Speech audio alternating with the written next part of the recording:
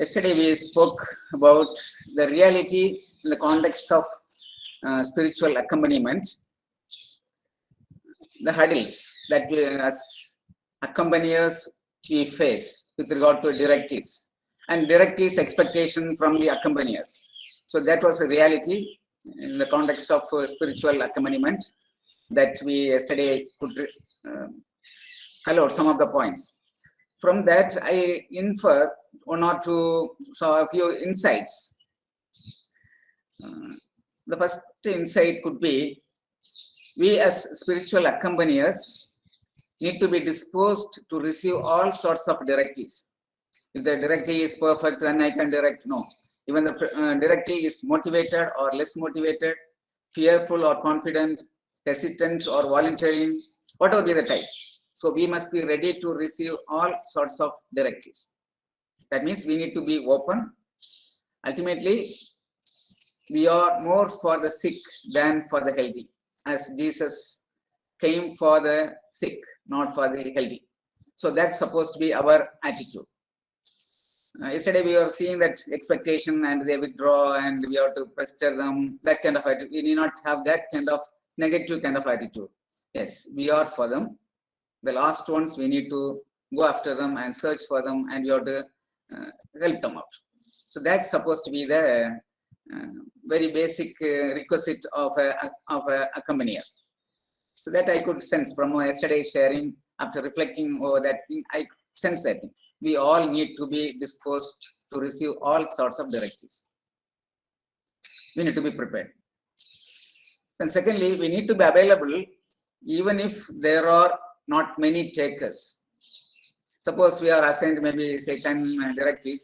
So 5 of them are regular, others are not regular. Then we may feel that as a spiritual accompanier, I don't have much job, what shall I do? We will not feel like that. We will not feel like that. We need to be available. Today in the church,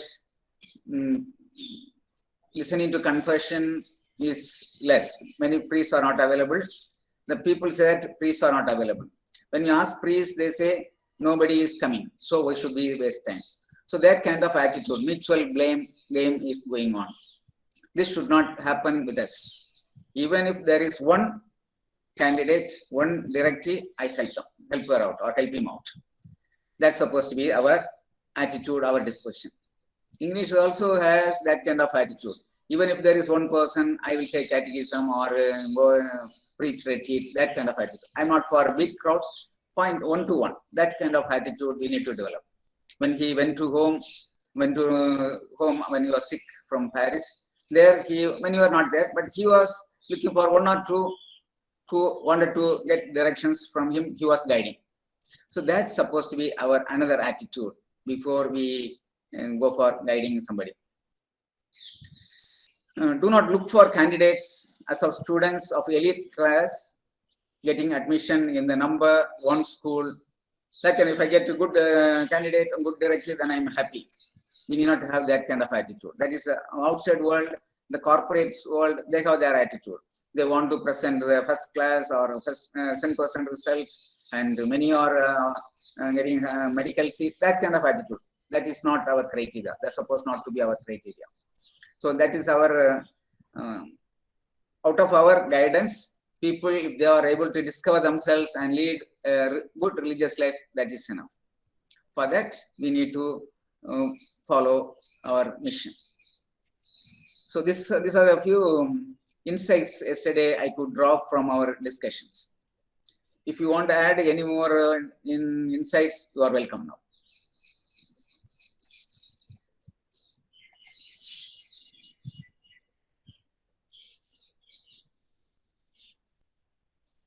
So are you able to see the second screen now? Yes, Father. Yes. Now, again, from 2-3 slides, I think we follow yesterday's thing to sum up that thing. The reality of our directives. From our presentations yesterday, we felt that there is a longing for spiritual guidance among our sisters. They look for solutions.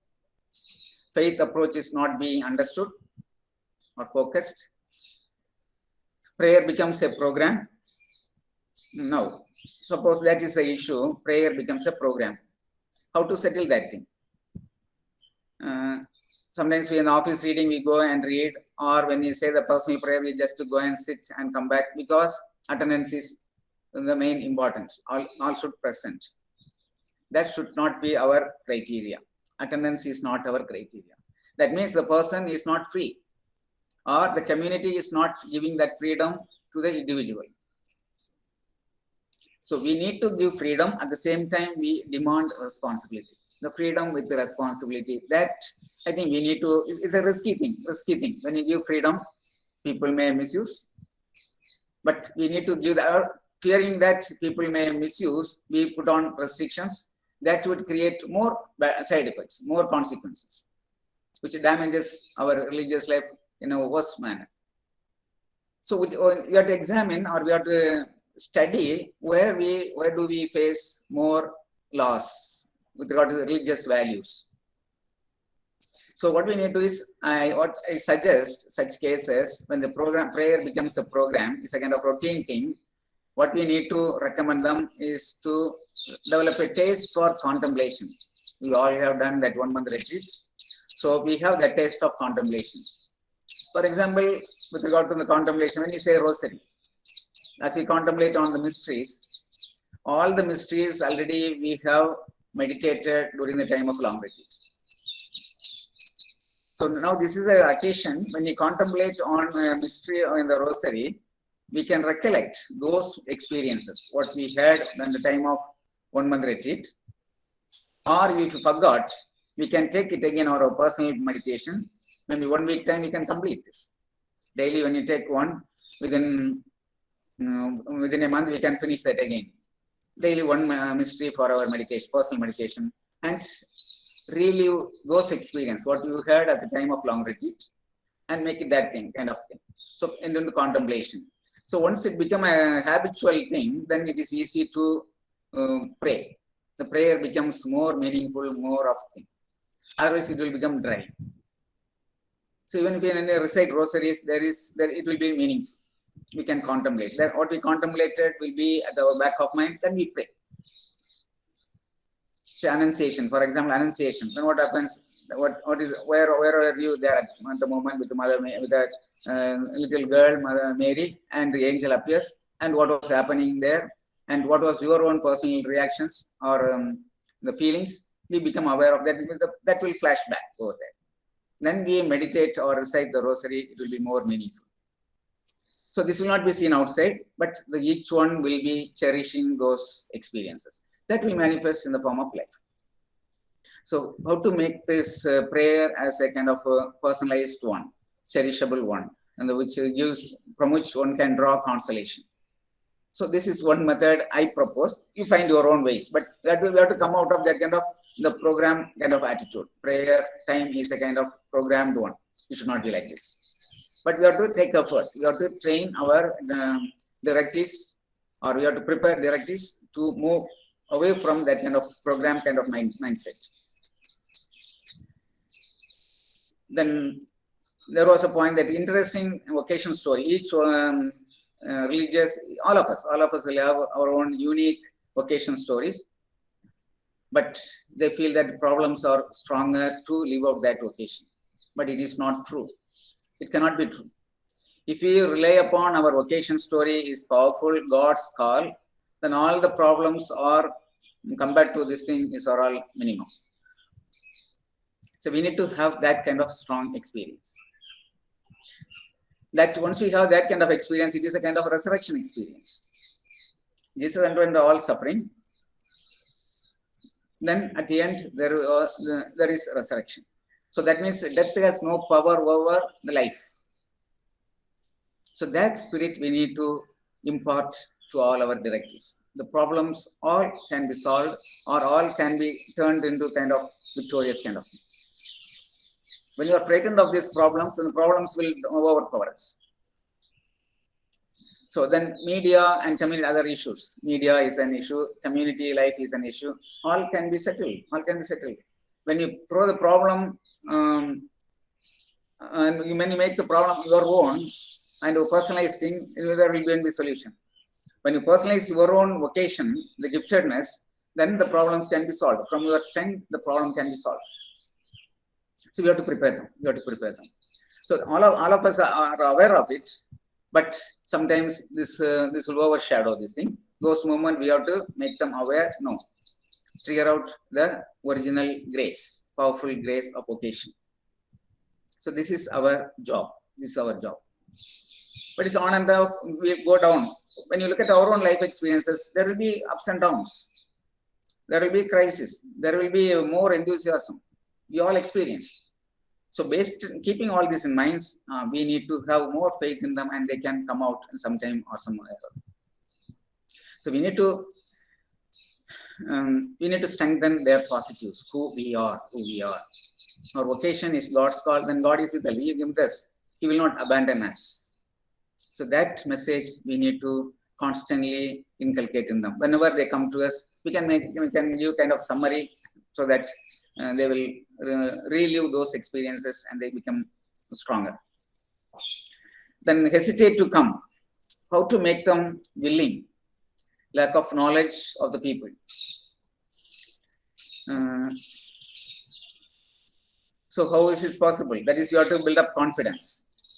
We spoke about that thing. When they feel like a friend, then naturally they come to us. Sister mentioned that it's accompanier. When there is a problem, when we happen to see a friend, we jump and to meet them. We long to meet them. So that kind of attitude we need to develop. So that's a welcoming spirit, and accommodative approach will be of help. Then they will come. Some of the problems highlighted was community life, problem of others, and they are not sincere about oneself. But when they come for spiritual direction, they speak about the others. They are treating me like this. They are treating me like this. But without addressing their own experiences, their own feelings, their own behaviors. Without addressing their own behaviors, they present to us behavior of the others. So such moments encourage them to look at oneself and in a friendly way. Such moments we need to pose basic question: who we are. So all the time I lead my life in reference to the others' behavior, I cannot be happy. Instead, we need to invite them to look at our own behavior, and that behavior should influence the behavior of the other. That means there's outside behavior should not control us. Our behavior, which is that of a very virtuous one, should overpower the others' behavior. Again, when they all must have that kind of experiences. When they had such experiences, we have to invite them to experience the consolation or joy of behaving that way, or bringing out their own best behavior or forgiving behavior, whatever be the thing. So when they cherish those things, that will be the strength. When they experience joy of forgiving somebody instead of blaming somebody, then that will keep on giving more strength to face such situations. Every time when they come, you have to ask them to list out what are the moments you felt consolation, joy, strength. And why don't you keep up that kind of attitude or behavior with regard to your community members, with regard to your mission people or students or patients, whoever maybe. So when we develop that kind of thing, naturally they will keep on that, so that they can become their own masters, their own guides. Do not know what to talk. When they come for directions, some said that they do not know what to talk. So usually when we go to spiritual guidance, we focus on three or four areas: community life, personal life, prayer life, and with regard to ministry. The prayer life, when you start with the prayer life, then once that is strengthened, all the other things will follow. When the personal life is more of a loving experience, then other things will follow. So we need to focus on the personal God experience, personal love experience, on prayer life, then other things will be solved. instead of focusing on the issues of the community or the issues that one faces in the ministry place. Instead, we need to focus on prayer life, that is relationship with God or God's love experience. Then how do we look at ourselves? Then other things will follow. So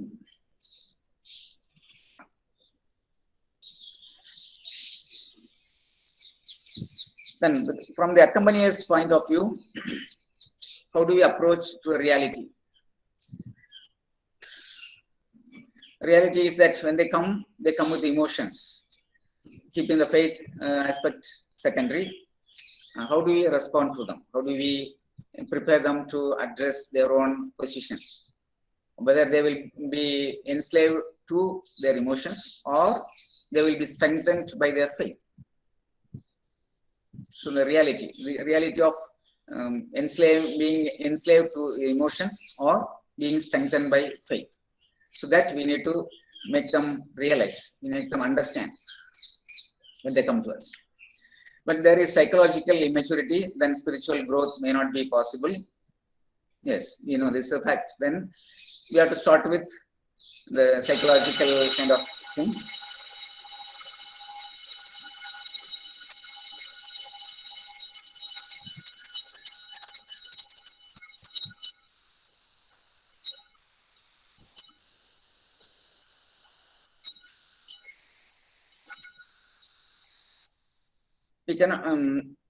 We cannot just keep it aside and we cannot enter directly in the spiritual aspect. To some extent, we need to do that psychological support or help. If they need more help, we have to find somebody else to get some guidance, professional guidance. That we need not directly take steps. We can invite directly to approach the provincial or superior to get further help. That way we can help people. Once problems are solved, they forget about it and the feeling of contentment and fulfillment. This naturally all of us have that kind of attitude. Once the problem is done, I'm free now. But again, the situation will come. The evil will come again. Bible, Jesus says that once all the evil spirits are chased out, it will go out. Then after some time, it will come back. Oh, the house is very clean now. We'll go and occupy. So that way it may come. So we need to be prepared for that. So that way we need to make them alert. Now at present it's okay. Now you are an experience to face such kind of hardships, difficulties. Now next time when you face this, you will be able to do that thing. But at the same time, the problem may not come in the same form. It may come in different forms. But we need to be alert. There comes a discernment. There comes a point of awareness. So next point that emerged was question of measuring one's own spiritual growth. I think it can be measured in terms of growth in one's own inner freedom and self-acceptance.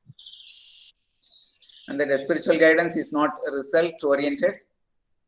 Or spiritual guidance is not a finished product, it's a process. If the person is willingly involved in the process, that's fine. That's fine. Then the person will find out the result, find out the fruit of getting guidance. Fruit in the form of kind of consolation, joy in serving people, or joy in the community life. Many ways the person will experience that. The starting point is not to be focused on the problems, but on the journey in the faith. Yes, that we need to focus on. Attitudinal change, how to see life. How do we look at our life? Life as problem. Now, in this corona time, we all have the kind of problem. Life is a problem. How are we going to live this life? But somehow we have escaped. We are able to overcome those situations. So life is not a problem. The problems come as part of life. So life is greater, problem is not that great, it's smaller. So we can, with our life, with our strength, with our energy, we can settle the problems. So that attitude we need to develop. But the evil approach or our worldly approach, our human tendency is to magnifying the problem and making ourselves weaker. But it is not true. It's not true. So there we need to become aware. This is the role of the accompaniers. So we have to constantly tell them that you are powerful than your problems. So once that is felt, then we become Easter people, because our power is greater than the power of problem. The power of life is greater than power of death. The power of goodness is greater than the power of evil. So if our directees have that kind of experience, they are all called Easter people. So boldly, hopefully they can face the situation. So this is our job, this is our role. In a small way, it will start with the small ways. We have to develop into that, making people towards kind of Easter people. Earlier we saw the Advent people waiting. So from the point of view of the accompanier, from the point of view of the directly, you have to make them Easter people. Easter people. So prevalent problems are community, problem of others, and they develop a close friendship, not sincere about oneself, but speak about other members.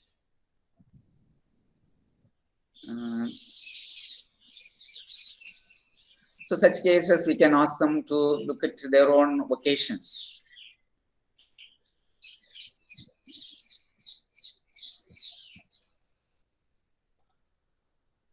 Core of their vocation, that is God called. That's a unique call, personal call, that cannot be compared with anybody else. So in the vocation story, earlier also the point came.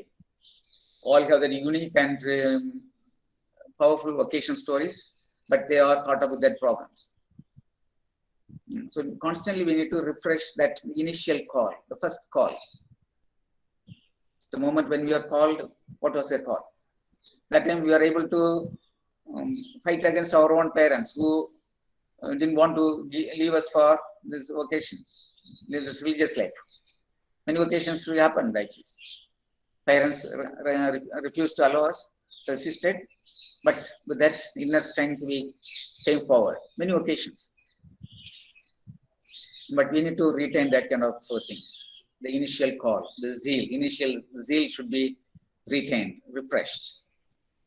So this is our job.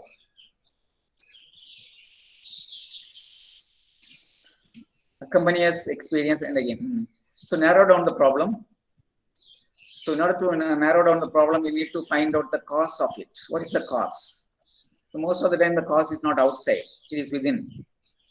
In Tamil there is a saying, Teedum Nanchum Piraveravara.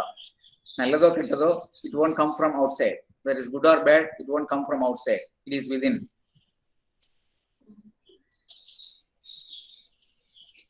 So all the good or evil will emerge from within. So we need to find out the cause. What is the cause within? That should be that our accompaniers should help the directive to find out that. What is the cause? That we will see tomorrow. How that the original sin entered into humanity, and how we become the victims of that thing. Still we are victim of it. That is, once that is addressed, all these kind of issues will be tackled. So constantly we need to become aware of that thing. So we are caught up with that thing.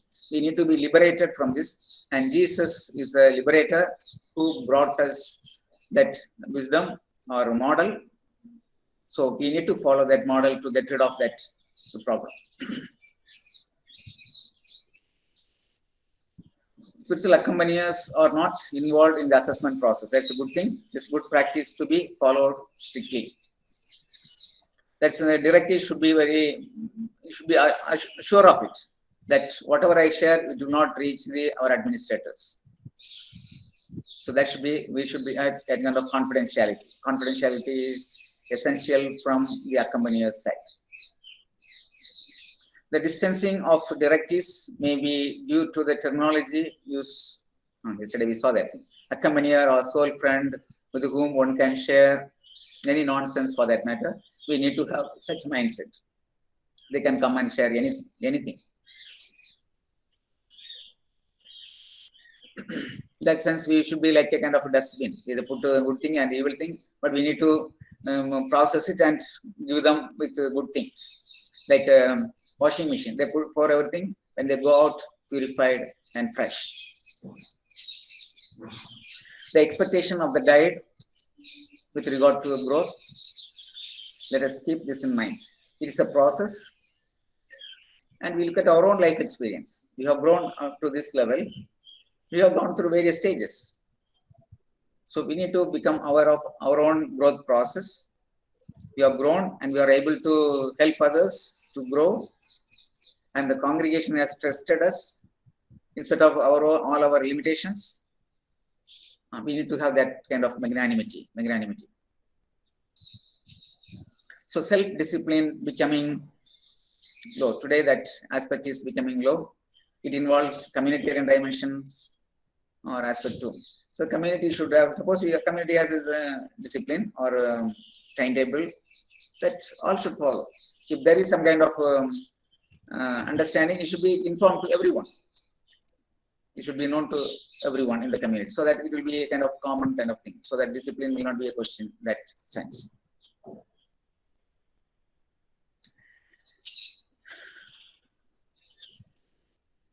Some tools or tips. Yesterday I asked about the holistic, how to give that holistic kind of formation. One simple method could be, you have to understand what does holistic mean.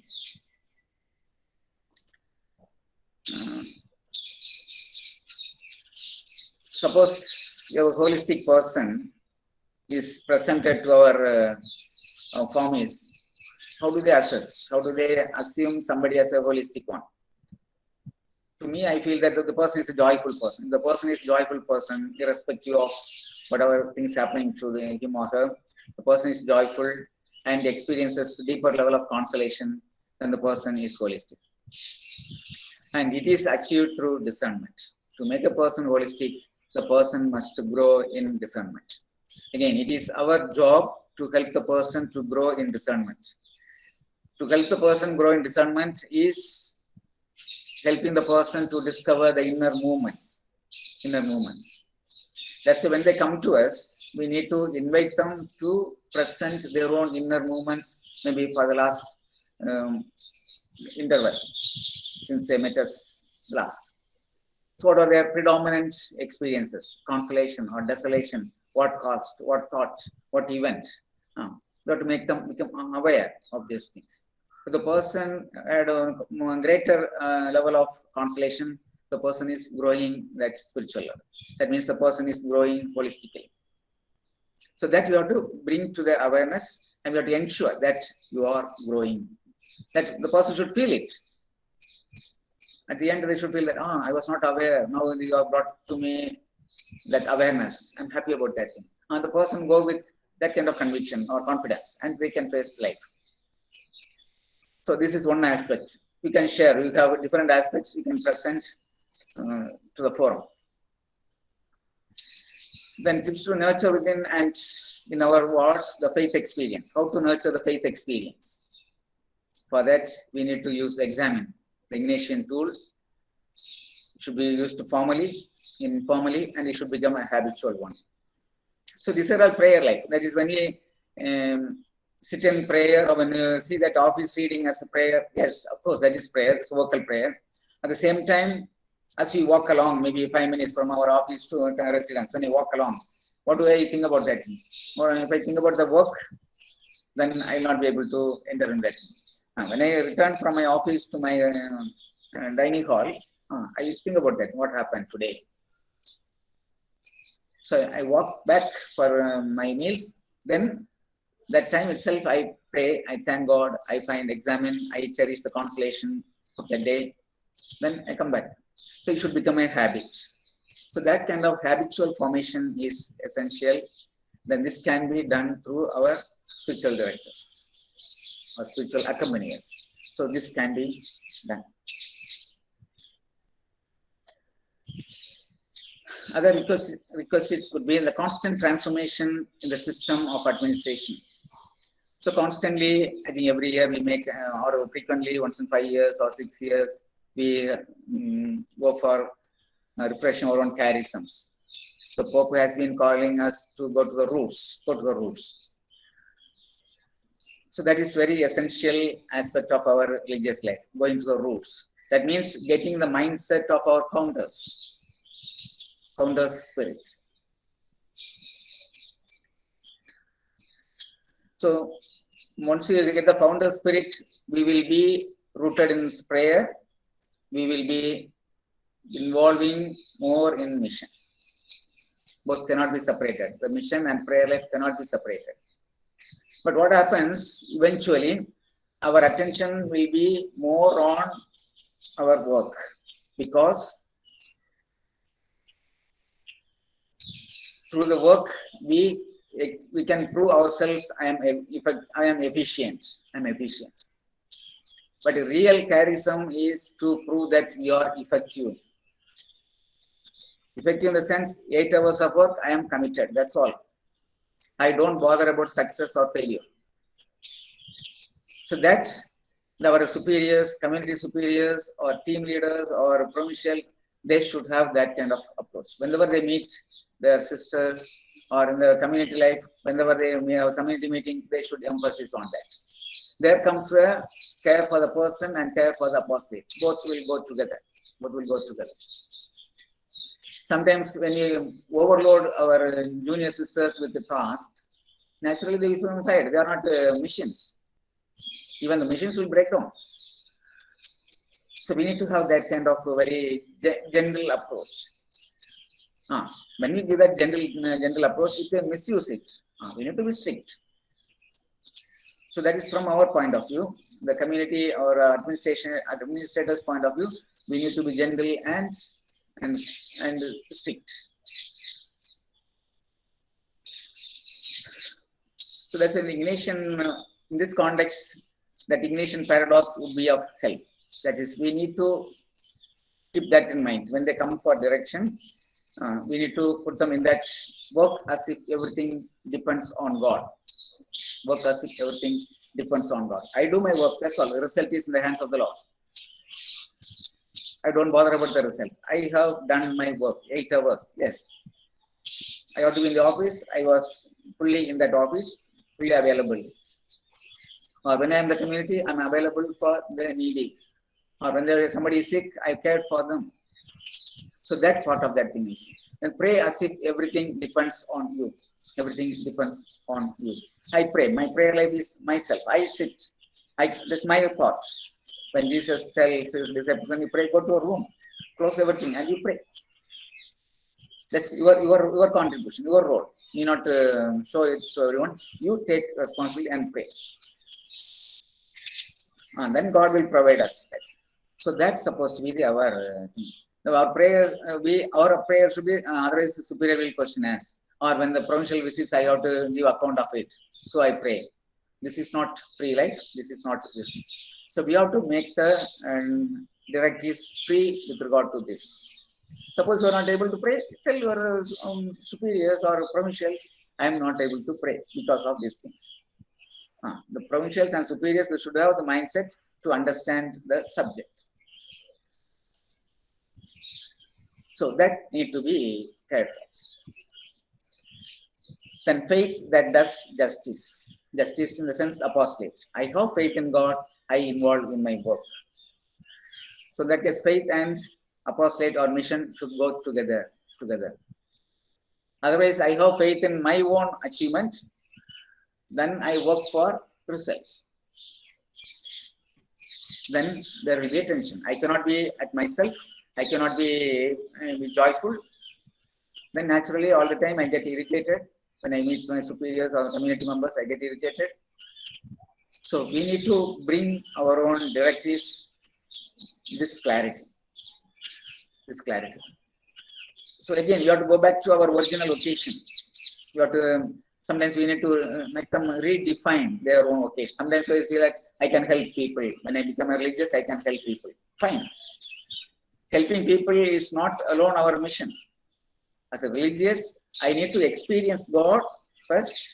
That experience of God impels me to serve people. It's not the other way about. So many of the time we reverse the thing. I work, by working others, I do something for God. No, God doesn't want this logic. This is evil's logic. First of all, we all need to be aware of this, clear about that thing. Then we need to emphasize this with our directors. So this should become the uniform understanding in the congregation. It should become uniform understanding, common understanding. Otherwise, there will be a clash, tension. Then finally, this personal grace history is to be aware of. How are we grown as accompaniers? How are we grown? How are we being guided? What was our own consolation experience?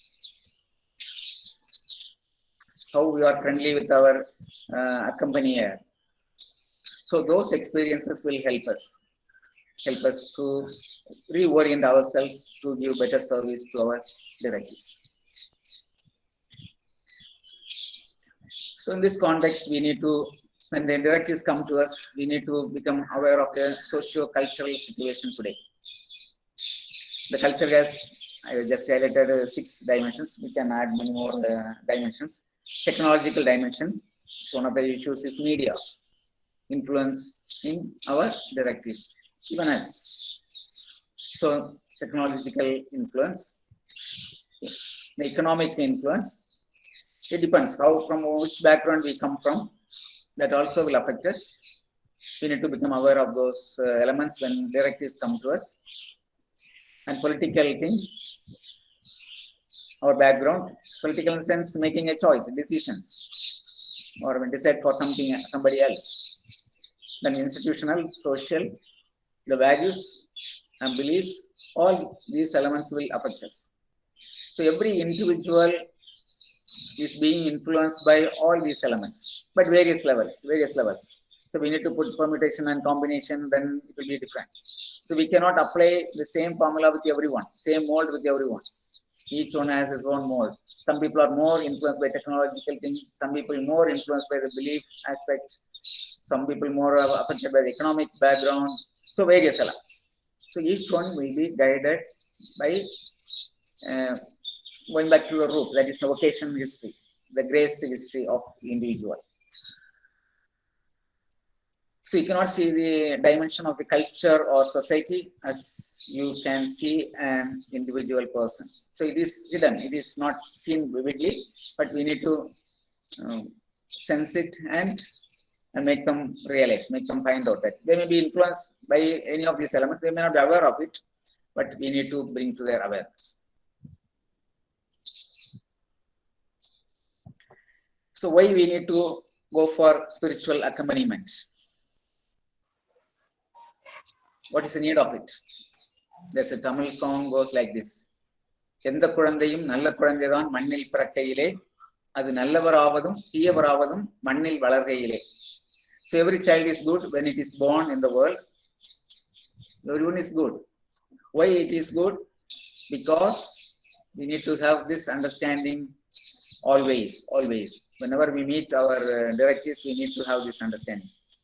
Everyone is good because God loved and created each one of us. Not created and loved, He loved and created. That's why we are good. God created everything and found good because He loved and created and found good, and created humanity and found very good. So this is a premise, starting point. We need to strengthen this understanding in every one of our directives. Once they are at the end of experiential understanding of this, then we don't have any job. They will take care of themselves. Till then, the process will continue. But we should not give up. When we give up, the evil overcomes us, overpowers. But we should not give room for that. It becomes good or bad when it is growing in this world. Various factors, influences. But we need to prune them to get the right shape. It's our job. And historically, when you look at the religious life, monasteries, the solitaries or monks retired to the forest or desert to seek Christ. They wanted to have God experience by keeping themselves alone, away from the crowd. They wanted to have God experience because the church was not so conducive to experience God those days even. So they went away from the crowd and they had experience. And people approached these people to get God experience. Now these groups were formed by a person called Pachomius, who founded that monastic communities. We are the fruit of his effort. So he formed these monastic communities. Those who had that kind of experience, they lived in the communities. And we have to question ourselves, do we have that quality of God experience to give those experience to others? Our primary vocation is this. Primary call is this, to get God experience. All other activities are all outcome of this. Whatever is the mission we do, it is an outcome of this God experience. Some may be having kind of gifted to preach, teach, heal, or serve, whatever anything. Individuals' unique giftedness. Accordingly, they do that. So what we need to do is, so basically we need to have that God experience of God, personal experience. Then we need to share, whoever comes to us, they should get that kind of experience. That's why when you go for a house visit, what do we impart to them? Kind of hope or joy, love. If you are able to radiate that love, joy, hope, peace, that means we have experienced God and they experience God through us. That's the greatest service one can do, by which one can experience greater level of consolation. We need to invite our directees to have this kind of experience.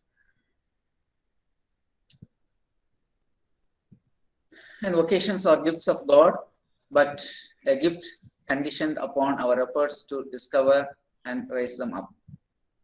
It's a gift of God, we need to nurture. So to reach all fullness in the vocation, the called one needs to be accompanied by an experienced one, along with the guidance or of the Spirit. Spiritual accompaniment is to the service of maturation of the vocational discernment. That's why we give a kind of accompaniment. As a child is nurtured to walk, study, grow, and mingle with the society, it is nurtured. Likewise, we help our people. So need for listening to the Spirit is essential for full Christian life. But to help them listen to the Spirit, inner voice. From our hearts that we bring forth good and evil actions. Discernment is the faith process which enables us to ascertain what God is moving us to freely choose. So we have to make them a discerning people.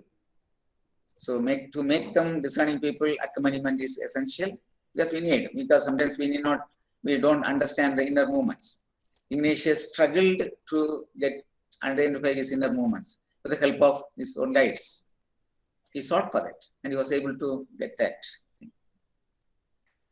The purpose of spiritual accompaniment in various terminologies, various authors speak various levels, various ways. Purpose of spiritual growth in self-knowledge by bringing to the surface the abiding tendencies, the dispositions of your heart. Self-knowledge, growth in self-knowledge. So self-knowledge in the sense knowing only our strengths, no. Knowing equally our own weaknesses. We have to help them to identify their strengths and their weaknesses equally and accept both equally. And they should be comfortable with both their strengths and limitations. Once the person is comfortable with both dimensions of herself, then the person will be free. And person will understand others better, relate others well. Then discernment of what you are called to do through the art and gift of recognizing the movements of God in your life. Again, to make already we saw that. Invitation to respond to God's movement in ways that are healing, just, and reconciling all creation. So this is another invitation. The goals of spiritual accompaniment, according to one author, is to integrate both the conscious and unconscious elements of our life, which leads to greater compassion, freedom, and mission. So through our guidance, if the directee is able to show compassion and lead a life of freedom and involved fully in mission, then that is fine. And that is the person has grown in that thing. To make conscious the ongoing dialogue with God and gives meaning to life. The person should find meaning in their life by meeting us. So I stop here. Then other things, other objectives. Okay, one more slide. To attempt to clarify, objectify the name and name the inner experience. When they come to us, when from their sharing and their experience, we need to help them to clarify, objectify, and name their inner experience, and help them to understand, control, and put a handle on what's happening within the directive. What is happening, the directive, we need to, the effort to discern and interpret this inner experience to find out how the one being directed can best respond to God's inner movements. So various forms, it's the same things, various authors put in different forms. So we need to have kind of summary. When they come to us, how are we going to guide these people? I stop here. Then we can see other things later.